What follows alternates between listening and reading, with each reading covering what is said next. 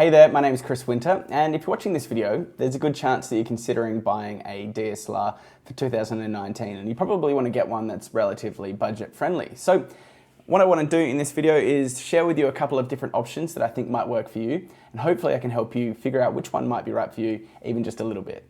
By the way guys, I'm currently doing a massive camera giveaway to one lucky subscriber. You can win either a Canon M50, a Canon T7, or a Nikon D3500, and a lens of your choice from my epic lens list, which you can see in the description box below. All you need to do to enter is leave a comment on this video and tell me which camera and lens from the list you want to win. And guys, if you haven't seen it yet, definitely also make sure to check out my brand new list, the best cameras for beginners. I go through some of the cameras that would be best for you. So if you want to check that out, I'll put a link in the description box below this video and you can take a look. But anyway, let's now take a look at some of these cameras and figure out which one's going to be your next camera. So today's question says, hey Chris, I want to buy my first DSLR next year, but I'm not sure which one to get. It needs to be on the cheaper side of things. Well, first off, that's really cool that you want to get your very first DSLR. I remember when I got mine around about 15 years ago. It was a great experience and it really changed the way I looked at photography. Back then, we were using pretty much just point and shoot cameras and they weren't great. They were still on film.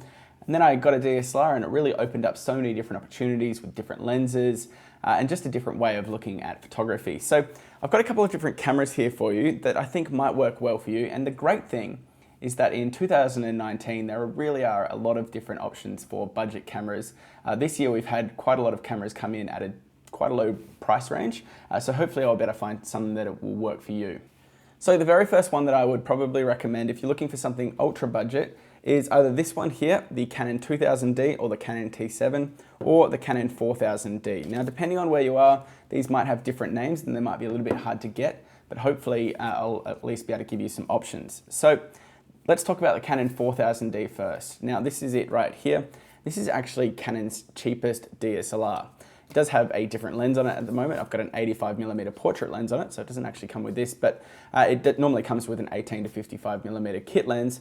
This is a really nice DSLR if you're just getting started. Let's say you're just starting from something like your smartphone and you want to pick up a DSLR and you have no idea how to use it. This is probably going to be one of the better options for you to do that because it's kind of got rid of all the bells and whistles that you have on more like higher end DSLRs, and it really has been stripped down to be quite an easy DSLR to use. So the menu system on here is very basic. It's going to teach you exactly what each different setting is going to be, and a lot of it can also be set into auto mode, which as a beginner using a DSLR, I don't think is actually a bad thing. So this one here is going to come in at around about $500, depending on where you're coming from. Sometimes it might be $450, sometimes it might be $550, but really that's about as cheap as you're going to get for a new DSLR, and it's actually pretty good value. So how have they made this camera here cheaper? Well, a few different things. If we look on the back, we've got a DSLR screen that doesn't have a flip out screen. It's just one little screen. And in fact, this screen here is actually quite a lot smaller than all of the other screens. So for example, we've got a Canon 70D screen here. You can see this one flips out. This one is a little bit bigger. And also just the things on the back, you've got your buttons, they're a little bit different. They're a little bit maybe lower budget, but for most things, this is gonna work really well. Now, other things that we're missing on this camera, unfortunately, are good video quality. So it still does shoot video in 1080p, but it doesn't have great autofocus and it doesn't have a microphone jack. So if you want to use a camera for vlogging, this isn't going to be the one for you, unfortunately. But it can be a great little camera for photography. So if you can pick this one up at a good price, I wouldn't mind taking a look at the Canon 4000D. The other one I would look at is the Canon 2000D or the Canon T7. Now, the Canon T7 is a successor to the Canon T6, which was an incredibly popular camera and probably the most popular beginner camera last year. So this one's brand new as well. It's got a few upgrades. Like I said, it's got that bigger screen. It's got a few more buttons and dials. And it's also got things like an intervalometer on the side, which will allow you to do a time lapse, which is one of those movies which takes lots of different photos and then it speeds it up and everything looks like it's going really fast. This one here is a nice little camera. It's a bit of a step up from the 4000D. And another thing you'll notice, it's the little things really as you pay a little bit more. On the Canon 4000D, when we take off our lens mount, you can see that we've got a plastic lens ring here. Whereas on the Canon 2000D and above, we have a metal mount here. What's the difference with that? Well, honestly, there's not a whole lot of difference. It just means that it might be a little bit, you might have to go a little bit easier on it because, of course, it is plastic. That might wear out a little bit quicker, but for a lot of people, you might not even be changing your lens that often. So these two cameras here could definitely be quite good options. Now, another camera that you could look at, which is really quite new, is this one. Not this one, not this one, it's this one here. It's the Nikon D3500, and this is brand new. I literally just got it into the studio a week ago, so it's good timing that you asked me this question in my Q&A. The D3500 is a new version of this camera here, the Nikon D3400, and these were also really, really popular. There's a few reasons why you might choose Nikon over Canon. It might be that this one shoots a little bit faster. It can shoot 5 frames per second, whereas these ones can shoot at around about 3 frames per second. And also, just the fact that you might prefer Nikon. A lot of people will end up staying with one camera brand for a really long time, and to me there's not a massive difference. In terms of image quality, I can often find that Nikon might be a little bit better in terms of image quality, but in terms of video quality and ease of use, I often find Canon to be a little bit easier. So the choice is really up to you. Other little things that I do like on the Nikon D3500, for example, is that on the side here where we have our SD card slot, which is the little card that will record your photos, you do get a dedicated one here on the Nikon D3500, whereas with the Canon 2000D or the 4000D, the SD card slot is actually shared with the battery compartment. So you've got your SD card right here, and you've also got your battery here. So it's a little bit more fiddly, but again, these are all little nitpicks. All of these cameras at the kind of beginner range are very, very similar. Now, another camera that you could look at if you're maybe on a real tight budget is something like this one here. This is an older version of these cameras, and this is a Nikon D3100, so it's a few years old now. But what's great about this camera is that it's got all of the same features in terms of being able to shoot in manual or aperture or shutter priority mode, but it's a lot cheaper. This camera here might be able to be picked up for $150 or $200 at your local secondhand store, so that's definitely something to take a look at, or even on something like eBay, wherever you are in the world. Again, this does lack a few of those more kind of luxury features like a flip-out screen or a touch screen, but it can actually work quite well for photography, and I do know a lot of people who have taken some great shots with the Nikon D3100. Now, if you do have a little bit more money to spare, I would probably where is it? Let's have a look. Take a look at this camera here. This is the Canon SL2, and I talk about this one a lot in my videos because it's a fantastic camera overall.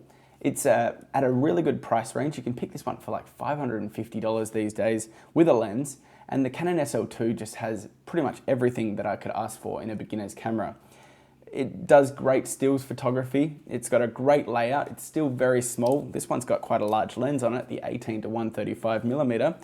But if we put on a smaller lens, let's say this one here, the 50mm f1.8, this camera really does get pretty compact, and it's very lightweight as well. So the other thing that I really like about the Canon SL2 is its dual pixel autofocus mode. So that allows you to get really smooth and cinematic autofocus in video mode. It's definitely something that I really do like. So this is called the Canon SL2 or the Canon 200D, depending on which country you're in.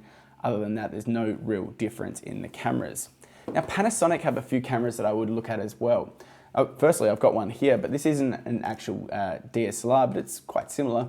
This is the Panasonic GM1. You can also get the GM5 or the GF8 or GF9.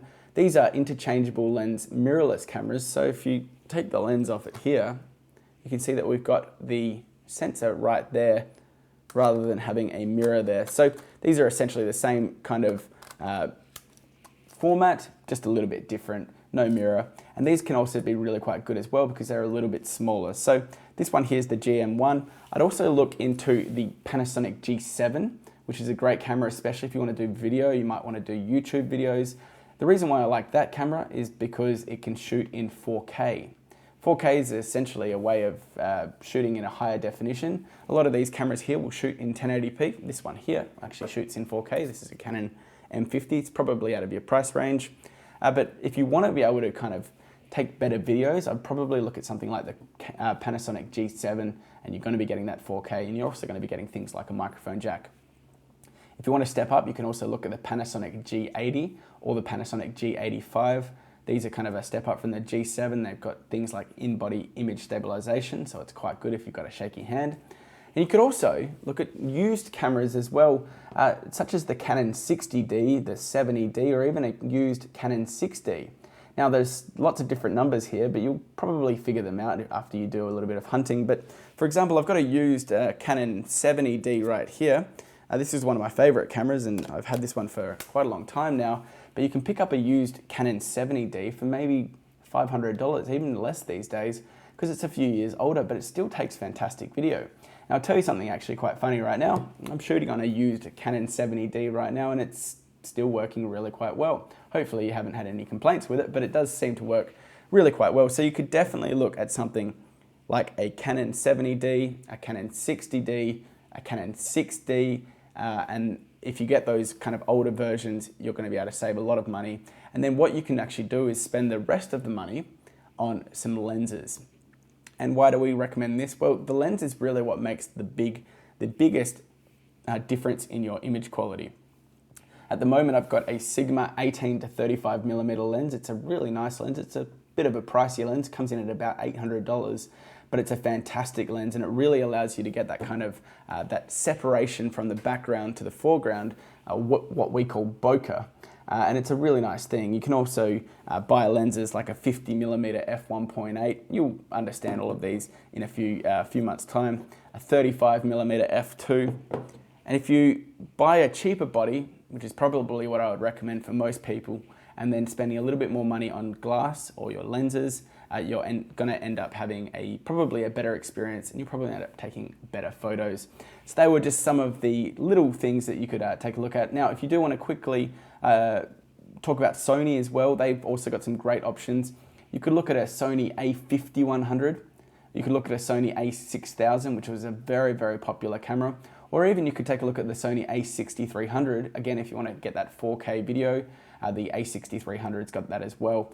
All of those cameras are really quite good, and the best way is to go into a store and see what you feel like, what works well. If you're in America, you can also rent cameras really cheaply for $20, $30 a day, and make sure you really like it, you like the system, you like the feel of it in your hand. That's probably one of the better ways of doing it. But there you go, lots of different cameras. Hopefully I didn't scare you off with so many different options, but I think it's nice to at least see the cameras and kind of understand the options as well. So there you go, hopefully you enjoy it. By the way guys, I'm currently doing a massive camera giveaway to one lucky subscriber. You can win either a Canon M50, a Canon T7 or a Nikon D3500 and a lens of your choice from my epic lens list, which you can see in the description box below. All you need to do to enter is leave a comment on this video and tell me which camera and lens from the list you want to win.